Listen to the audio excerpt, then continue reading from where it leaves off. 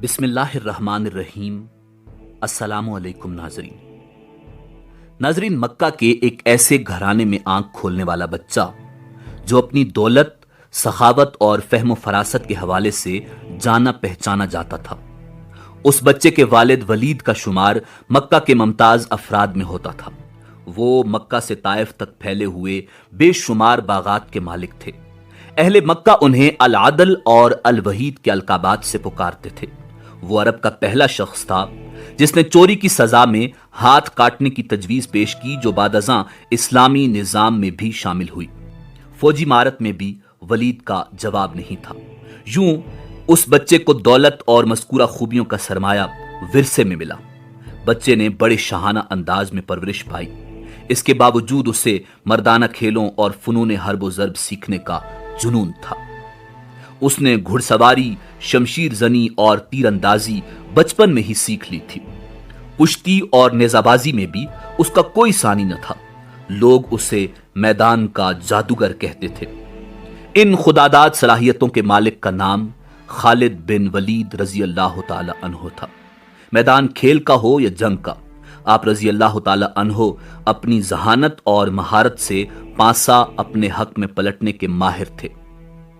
حضرت خالد بن ولید رضی اللہ تعالی عنہ نے کشتی میں مکہ کے بڑے نامور پہلوانوں کو پچھاڑا۔ ایک بار مکہ میں کشتی کے مقابلے ہو رہے تھے۔ حضرت عمر فاروق رضی اللہ تعالی عنہ، جن کا شمار شہر کے نامور کشتی لڑنے والوں میں ہوتا تھا، آپ رضی اللہ تعالی عنہ کے مقابل تھے۔ دونوں ایک دوسرے کو پچھاڑنے کی بھرپور کوشش کر رہے تھے۔ مقابلہ کافی دیر جاری رہا اور فیصلہ نہیں ہو رہا تھا۔ اچانک حضرت خالد بن ولید رضی اللہ تعالی عنہ کا داؤ چل گیا۔ انہوں نے اپنے ماموزاد حضرت عمر فاروق رضی اللہ تعالی عنہ کو اٹھا کر پٹخا، جس سے حضرت عمر فاروق رضی اللہ تعالی عنہ کی پنڈلی کی ہڈی ٹوٹ گئی اور میدان حضرت خالد بن ولید رضی اللہ تعالی عنہ کے ہاتھ رہا۔ قبول اسلام سے پہلے حضرت خالد بن ولید رضی اللہ تعالی عنہ اسلام کے سخت مخالف تھے۔ آپ رضی اللہ تعالی عنہ اسلام اور مسلمانوں کو نقصان پہنچانے کی ہر ممکن کوشش کرتے اور میدان جنگ میں مسلمانوں کے خلاف پیش رہتے تھے۔ جنگ احد میں فتح یاب مسلمانوں کو شدید نقصان پہنچانے والے حضرت خالد بن ولید رضی اللہ تعالی عنہ ہی تھے۔ ذہانت، حاضر دماغی، حالات کا تجزیہ کرنے اور جنگی حکمت عملی میں آپ رضی اللہ تعالی عنہ کو کمال حاصل تھا۔ اسی ذہانت، معاملہ فہمی اور جنگی سوجھ بوجھ نے حضرت خالد بن ولید رضی اللہ تعالی عنہ کو کچھ عرصے سے عجیب ذہنی کشمکش میں مبتلا کر رکھا تھا۔ یہ 628 عیسوی کا موسم بہار تھا۔ پودوں پر کلیاں پھول بن کر کھل رہی تھیں، بازاروں میں رونق بڑھ رہی تھی۔ حج کا زمانہ قریب آ رہا تھا، اسی لیے عارضی دکانوں اور ٹھیلوں نے شہر میں چہل پہل بڑھا دی تھی۔ مگر عجیب بات تھی کہ اس بار بنی مخزوم کا شہزادہ خالد کچھ اداس اور کھویا کھویا تھا۔ وہ شہر میں منعقد ہونے والے جسمانی اور جنگی کھیل تماشوں کے مقابلوں سے بالکل لا تعلق تھا، جن میں وہ ہمیشہ بڑھ چڑھ کر حصہ لیتا تھا۔ اس کی سوچ کا محور اسلام کی ہر روز بڑھتی ہوئی طاقت تھی۔ حضرت خالد بن ولید رضی اللہ تعالی عنہ سوچ رہے تھے کہ اب تک اسلام کے مخالفین نے مسلمانوں کو میدان جنگ میں 28 بار للکارا ہے، مگر اپنی تمام تر عددی برتری اور بہتر جنگی ساز و سامان کے باوجود ذلت اٹھائی۔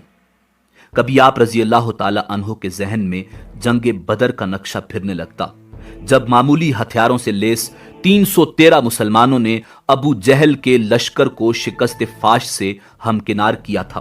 کبھی جنگ احد میں مسلمانوں کی ثابت قدمی اور جانثاری آپ رضی اللہ تعالی عنہ کی آنکھوں میں پھرنے لگتی، تو کبھی حضرت خالد بن ولید رضی اللہ تعالی عنہ چشم تصور سے مکہ کے ناقابل شکست پہلوان اذکار کو رسول اللہ صلی اللہ علیہ وسلم کے ہاتھوں خاک چاٹتے ہوئے دیکھتے۔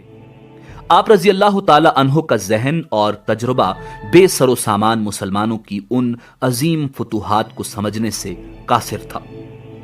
کبھی کبھی آپ سوچتے کہ کیا مسلمانوں کے ساتھ کوئی غیبی طاقت ہے؟ کیا محمد عربی صلی اللہ علیہ وآلہ وسلم واقعی اللہ کے رسول ہیں؟ اسی کشمکش میں کئی ماہ گزر گئے۔